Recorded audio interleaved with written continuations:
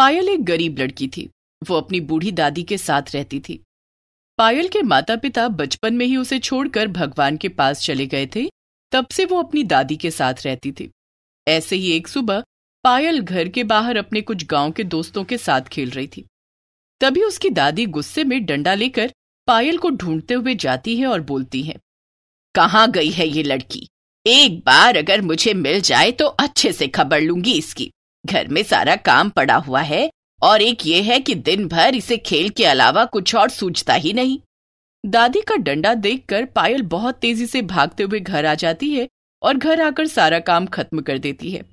जैसे ही दादी घर पहुंचती है, पायल अपनी दादी से बोलती है, दादी देखो मैंने घर का सारा काम कर लिया, अब बताओ कि खाने में क्या बनाना है। वाह, कौन सी स्पीड से तू घर आई और घर जाकर सारा काम भी कर लिया।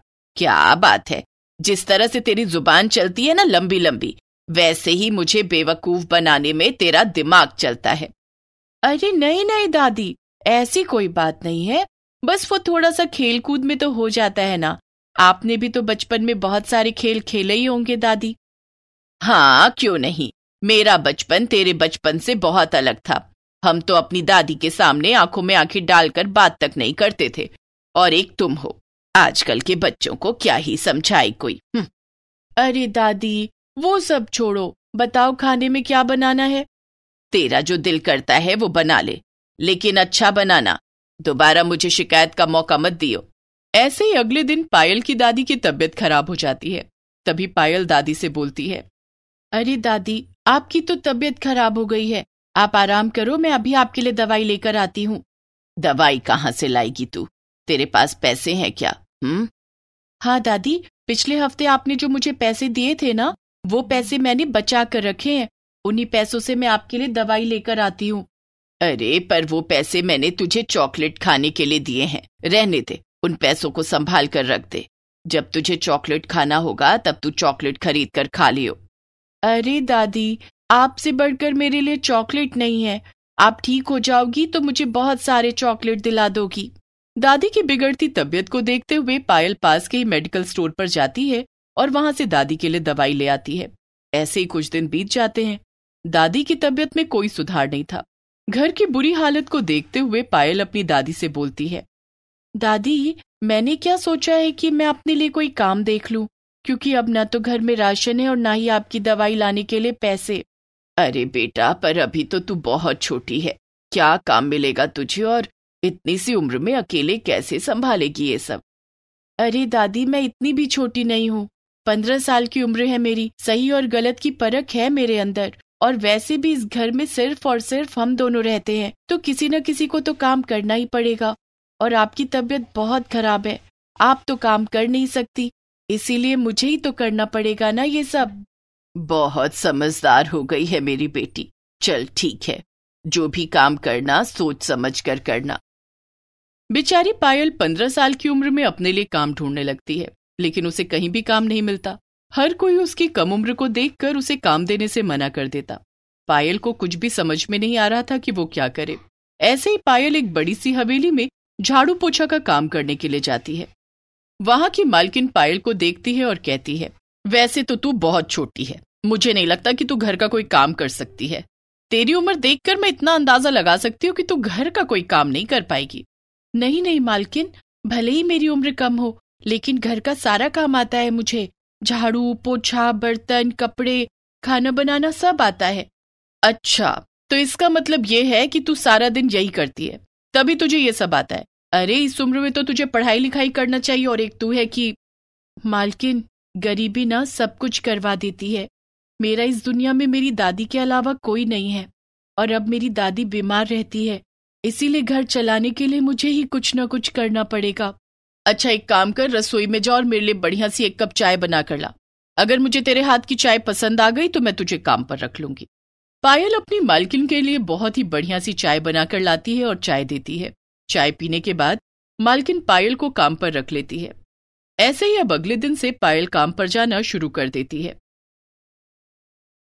ओ महारानी, 1 घंटे से तू बर्तन ही धो रही है, बाकी का काम कौन करेगा? अगर इसी तरह से काम करेगी तो कोई फायदा नहीं है तुझे काम पर रखने का। अरे मालकिन आप चिंता मत कीजिए, मैं सारा काम कर लूंगी।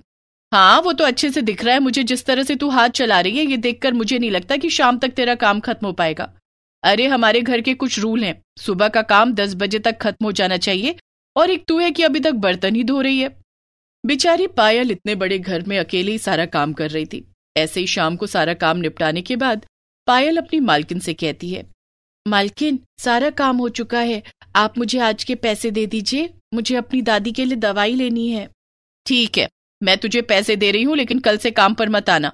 माना कि तू खाना अच्छा बनाती है, लेकिन तेरी स्पीड बहुत कम है और मुझे फटाफट काम करने वाली नौकरानी चाहिए। जिस तरह से तू काम करती है उस तरह से तू सुबह से शाम हो जाएगी, लेकिन तेरा काम ही खत्म नहीं होगा। मालकिन, ऐसा मत कीजिए, आज मेरा पहला ही दिन है और एक ही दिन में आप मुझे काम से कैसे निकाल सकती हैं? आप मुझे थोड़ा सा समय दीजिए, धीरे धीरे मुझे आदत हो जाएगी इन सब की। देख पायल, तू भी बच्ची है और मैं नहीं चाहती कि मैं तुझे गुस्से में कुछ बोलूं। मेरी बात मान तो यहाँ से जा, दोबारा अपनी ये शक्ल मुझे मत दिखाना। मालकिन, मेरे घर के हालात बहुत बुरे हैं, भगवान के लिए मुझ पर थोड़ा सा रहम कीजिए और मुझे थोड़ा सा टाइम दे दीजिए, धीरे धीरे मुझे आदत हो जाएगी इन सब की। ठीक है, मैं तुझे एक मौका और देती हूँ। अगर इस बार मुझे लगा कि तू ठीक से काम नहीं कर रही है तो सच में मैं तुझे काम से निकाल दूंगी। ठीक है मालकिन, लेकिन फिलहाल के लिए आप मुझे पैसे दे दीजिए ताकि मैं अपनी दादी के लिए दवाई ले पाऊं। पायल की मालकिन पायल को पैसे दे देती है। पायल वो पैसे लेकर अपनी दादी के लिए दवाई खरीदकर अपने घर चली जाती है। तभी उसकी दादी पायल से कहती है, बेटा पायल, कैसा रहा तेरा आज का दिन? सब ठीक तो है ना? अगर तुझे जरा भी कुछ लगे तो काम छोड़ देना। अरे नहीं नहीं दादी, आपको चिंता करने की कोई जरूरत नहीं है, सब कुछ बहुत अच्छा है। मेरी मालकिन तो बहुत अच्छी है, वो मुझे अपनी बेटी की तरह रखती हैं। ये तो बहुत अच्छी बात है बेटा, चलो ठीक है, ये सुनकर मेरे दिल को सुकून मिला। ऐसे ही अगले दिन पायल फिर से अपने काम पर जाती है। जैसे वो हवेली पहुंचती है तभी उसकी मालकिन उसे बहुत सारा काम दे देती है और कहती है, देख पायल, ये सारा काम तुझे 1 घंटे के अंदर करके खत्म करना है। अगर तूने 1 घंटे के अंदर सारा काम खत्म नहीं किया तो याद रखना, मुझसे बुरा कोई नहीं होगा। थोड़ी देर में मेरे घर में रिश्तेदार आने वाले हैं। अच्छा ठीक है मालकिन, मैं सारा काम कर लूंगी। बेचारी पायल अकेले घर के काम में जुट जाती है। इसी बीच मालकिन के बच्चे बार बार पायल से किसी न किसी काम को लेकर अपनी फरमाइश पूरी करवा रहे थे। देखते ही देखते 1 घंटा कब खत्म हो जाता है पता ही नहीं लगता। तभी पायल की मालकिन वहां आती है और गुस्से में पायल से बोलती है, देख पायल, 1.5 घंटे हो गए और अभी तक तेरा काम पूरा नहीं हुआ। एक काम कर, तू यहाँ से जा, मुझे तेरी कोई जरूरत नहीं है। तेरी जगह मैं कोई और नौकरानी रख लूंगी। मालकिन, वो दरअसल बात यह है कि बीच बीच में मुझे खाना भी बनाना पड़ रहा था, इसीलिए मुझे थोड़ा सा टाइम लग गया। अरे रहने दे तू, फालतू के बहाने मुझे बताकर अब निकल यहाँ से। मालकिन पायल को गुस्से में वहां से निकाल देती है। बेचारी पायल रोते हुए अपने घर की ओर आ रही थी, तभी रास्ते में उसे एक बूढ़ी औरत दिखाई देती है और वो बूढ़ी औरत पायल से कहती है, क्या बात है पायल, क्यों रो रही हो तुम? कुछ नहीं, बस अभी मेरे हालात बुरे हैं, शायद इसीलिए मुझे रोना आ रहा है, लेकिन कोई बात नहीं, भगवान आज नहीं तो कल हमारी मदद जरूर करेगा। अरे बेटा, कोई बात नहीं, रोने से कुछ नहीं होगा। ये लो, ये कुछ हरे मटर हैं, इनकी सब्जी बनाकर खाना, बड़े ही टेस्टी बनते हैं। लेकिन मैं आपसे मटर क्यों लूं? मैं तो आपको जानती भी नहीं हूँ, इसीलिए मुझे आपसे कुछ नहीं चाहिए। अरे बेटा, मैं तो तुम्हारी दादी की तरह हूँ, इसीलिए रख लो इन्हें और ले जाकर अपने लिए और अपनी दादी के लिए बढ़िया सी सब्जी बनाना। इतना बोलकर वो बूढ़ी औरत वहां से गायब हो जाती है। तभी पायल कहती है, इनको कैसे पता कि मेरे घर में सिर्फ मैं और मेरी दादी रहते हैं? पायल वो हरे मटर के दाने ले जाकर अपनी रसोई में रख देती है। थोड़ी ही देर बाद जैसे ही पायल उन हरे मटर के दानों की सब्जी बनाने जाती है, वो देखती है कि सारे मटर के दाने सोने के हैं। ये देखकर पायल हैरान हो जाती है। तभी उन मटर से आवाज आती है, देखा पायल बेटा मेरा चमत्कार, ये जादुई हरे मटर के दाने हैं। इन जादुई हरे मटर के दानों से तुम अपनी सभी इच्छाओं को पूरा कर सकती हो और अपने बुरे हालातों को ठीक कर सकती हो, पर कभी भी अपनी जादुई शक्तियों का गलत इस्तेमाल मत करना। पायल वो जादुई हरे मटर के दाने पाकर बहुत खुश थी और उन जादुई हरे मटर के दानों से बोलती है, हे जादुई हरे मटर, जल्दी से मेरी दादी को ठीक कर दो। पायल के इतना बोलते ही पायल की दादी एकदम ठीक हो जाती है और वो पायल के पास आती है। पायल अपनी दादी को जादुई हरे मटर के दानों के बारे में सारी बात बताती है। ऐसे ही समय बीत जाता है।